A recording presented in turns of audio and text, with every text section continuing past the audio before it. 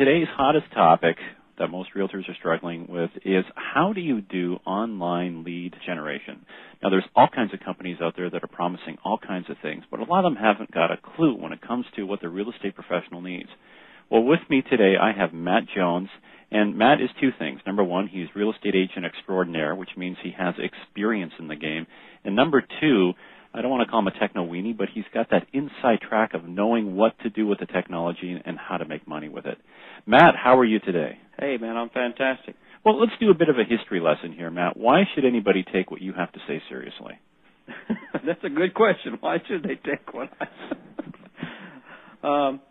Well, I think it's important that, there are so many, as you mentioned, there are so many companies out there that are offering agent services that, how do I say it, that really have no real experience whatsoever in the actual real estate business. And so, in fact, most of the companies, doing the real estate websites and different, lead generation companies, most of those companies are run by people that don't have any real estate experience.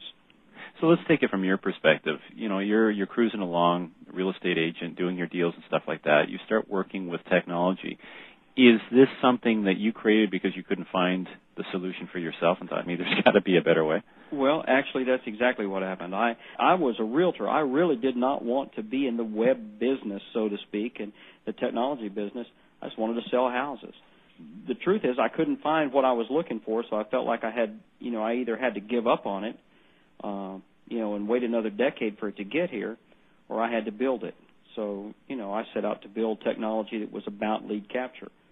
The average realtors out here are still out here with, with the cyber business cards, and they wonder why they don't have any business coming off their, off of their website. So let's back up the bus here a bit, Matt. So what you're saying is, number one, more and more realtors are getting websites. That's a given. 5 years ago, they thought this is something.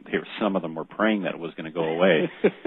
But right. but the experienced pros, the ones that are making money, have a good website that's generating leads. It's making them money. So it's more than just having your face out there somewhere, you out front of your car that could be 2 payments behind, giving away content.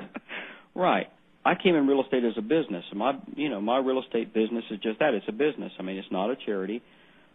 We want to help people. We want to help them find houses. But the bottom line is that, we also want to get paid.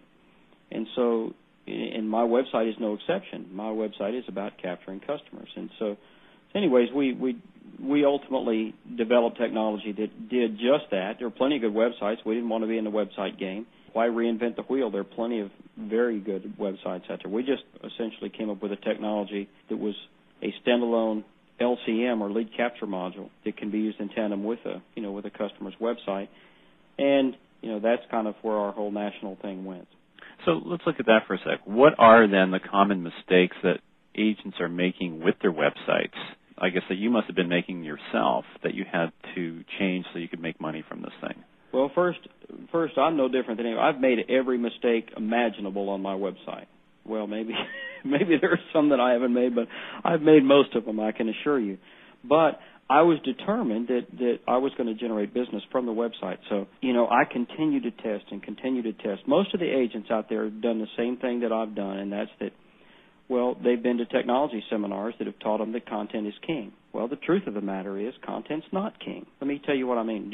You remember back in the 90s, we were having portal wars. And by that I mean you had Lycos and Excite and MSN and Yahoo. All of these search engine companies, they invented a word called portal, and they were basically all vying for market share. And there was this little bitty company that nobody had ever heard of. Their website was real boring and ugly looking. It just had a search bar on it, and they rented out of a dorm room. Now everybody knows it because they just went public last year, a little company called Google. The simple fact is that they are excellent at what they do, but what they proved to everybody as they handed all the search engines their heads collectively, they proved that content was not king. What they proved was that simplicity, that the user experience being absolutely simple was what was king. And so, we focused around that. The biggest misinformation that agents are, and it's not their fault. They want to sell houses, list and sell houses. They're out there listening to the experts. Well, a lot of our experts don't know what they're talking about. They're telling them to get more and more content. Well, I can tell you from experience of having several thousand pages of content on my website that content is not king. Well, is content basically, from a real estate perspective, I come to a website, it has everything about the schools, everything about the neighborhood, it has a wealth of information.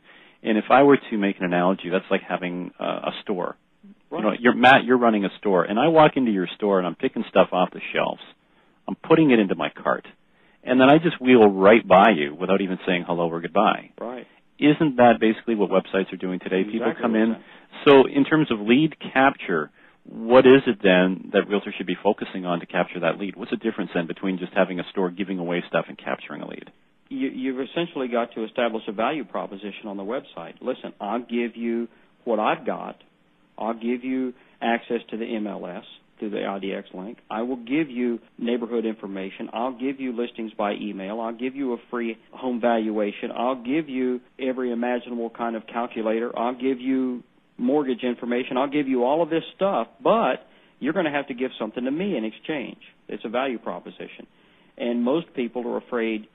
I had an agent say, I'm afraid to put an LCM on the front of my website, LCM lead capture module on the front of my website, because I'm afraid some of the visitors won't come. They'll leave. I mean, they came, they got what they wanted, and they left. Okay, great. How much did it help you? None.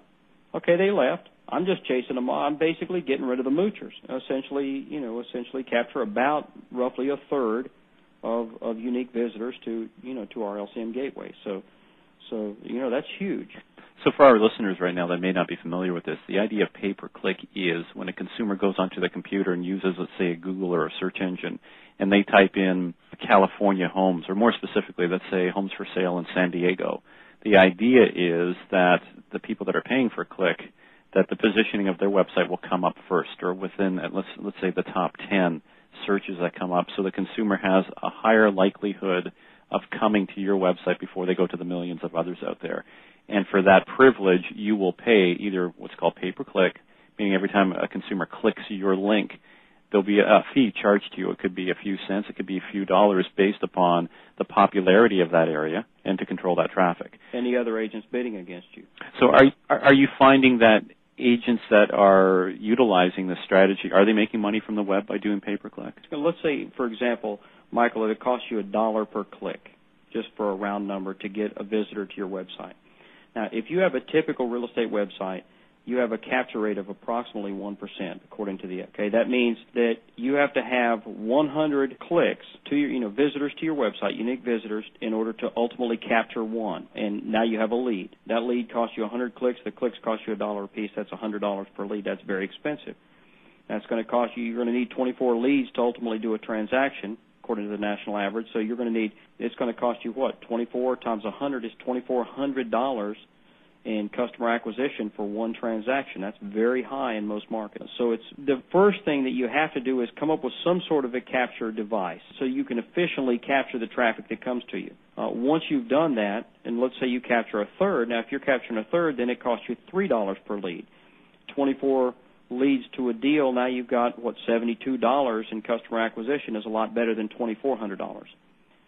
So the capture is absolutely critical, how efficiently you capture the customer. But now having captured that customer, one of the frustrating things for us is we've actually had customers that have licensed our technology and have begun to use it and have generated several hundred leads and call up and very frustrated and say, listen, we want to quit using this technology because every lead we get is bogus. What's really frustrating to us is that we actually get that more from seasoned realtors than we get it from novice realtors.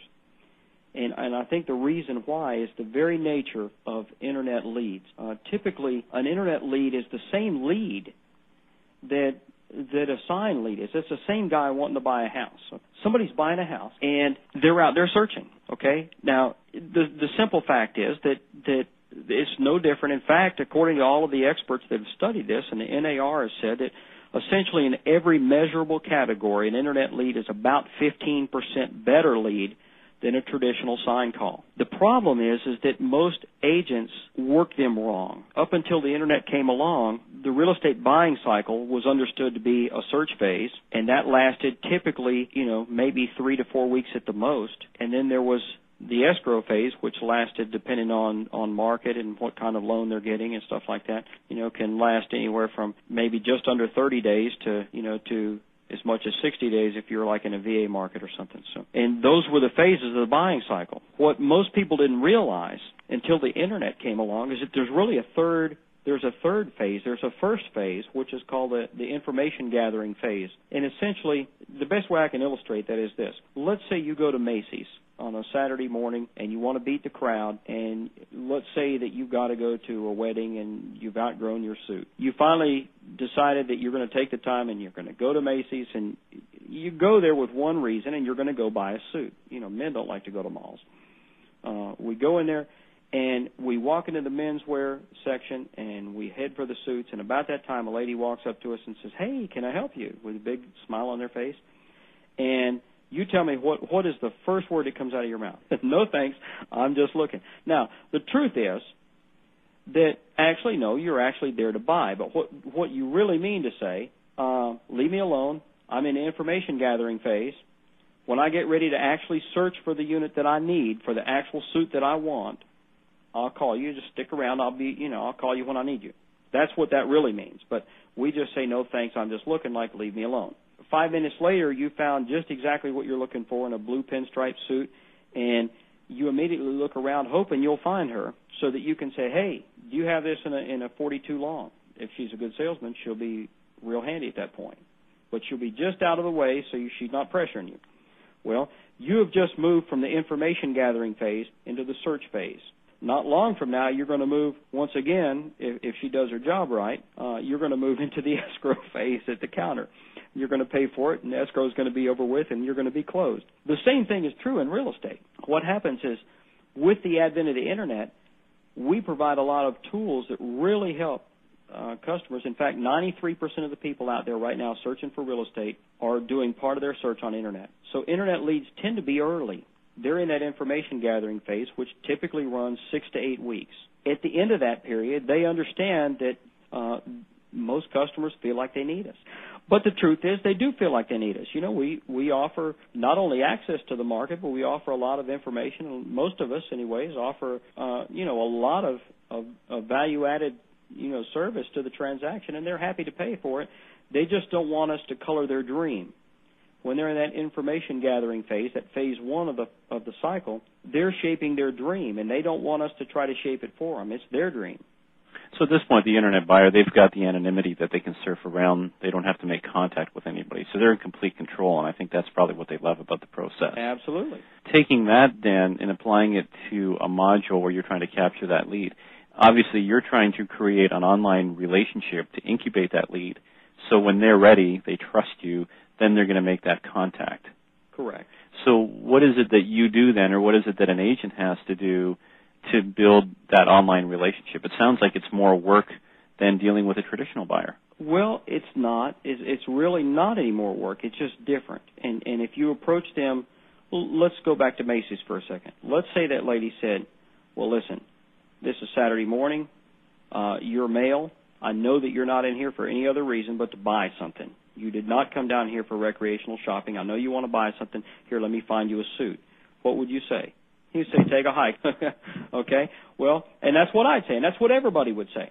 Well, most of us as realtors, because we're used to getting up desk calls that are already, maybe a week into the search process, they're ready to get with an agent. They're ready to come in and sit down and have a buyer interview. They're ready to go out and look at houses. We approach them often as realtors the wrong way. We approach them as though they're already in phase two, and we begin to exert pressure and try to close them into coming for an appointment or that sort of thing, meeting us at a house, and we have completely alienated them. We've chased them away from us, and so we just assume that the lead is bad. The lead's not bad. We've just approached it wrong. What you should do, you should assume that they're in the early phase, that they're in that information gathering phase, and then approach them as a customer service call. And I noticed you visited our website. We wanted to make sure that you were able to access everything on there. Did you have any problem with the MLS? It's really important that you're able to find what you're looking for. We understand you're early in the process, and we just want you to know that we're here if you need us. The very low pressure, and they love that approach. They're in control. Don't have to immediately try to shove them into a house. If we broke it down into simple steps, what would you tell someone who's starting out, this is what you have to do? Well, the first thing, they just really have to be on the web. If not, they're going to be constantly at the mercy of having to get leads from somebody, typically buy them as a referral or buy them, just buying leads. If they're not, because people are starting there first, and the smart agents are basically, and aggregation companies and stuff are grabbing those leads when they're early, pulling them out of the market, so the number of up calls at the duty calls are less and less and less out there. They've just got to resolve that they're going to have to be in the internet if they're going to be in real estate, because that's where it's headed. That's where, it's the natural progression. They need to resolve to be there. And then I think that they need to find a website that they're comfortable with, but they need to also really, really think about the fact that ultimately it's about getting traffic to the website and then ultimately captured. And so they need a capture technology of some sort, and it needs to be measurable. They need to be able to quantify what those results are, because your cost per lead is really the most important thing. Listen, if I could stand up at the corner and pass out flyers and generate leads for $3 a piece, I would do that. Okay, the simple fact is I do internet marketing because it's the cheapest way of producing a large quantity of leads. It's scalable. It's just very inexpensive. It's cost effective. So it really comes down to how can I get the most bang for my buck. And the truth is, with good capture technology, it's real hard to beat internet marketing. So if I were to sum this up, number one, if you don't have a presence on the internet, you're going to be absent as a player, bottom line. So you need a good website that has good content, but before you give away that content, you want to have a mechanism in place that says, here's what I've got to offer. But to get the wheres, you have to give me some information. So be it your name, email, address, you got to give me something to get inside my house. Phone numbers. We require phone numbers, email address, multiple phone numbers. I want to know what they're looking for. I mean, we ask them for about a dozen things, and you can get that if you ask it right. All right, and then step number next is, now I've acquired this lead. I have to do something with it, but I've got to be very subtle that I don't want to scare them away to create that online relationship. And when they're ready, and here's the operative word, when they're ready, they're going to contact me if I've done my job properly. Right. Or if I've done my job properly, they may be getting ready. They may be right there ready, and I have placed myself a follow-up, just a tickler, so that I call them back. I touch base with them. I know they're early, so I'm going to touch base with them personally by email maybe once a week and maybe by phone once a week. So I just make myself an appointment to call them. And this could be my assistant doing the same thing for me. It could be. This is the lifeblood of your business. It's the most important thing you do. Prospecting is the most important job you do. And I know for myself, I would hand off riding in cars with buyers before I handed off prospecting.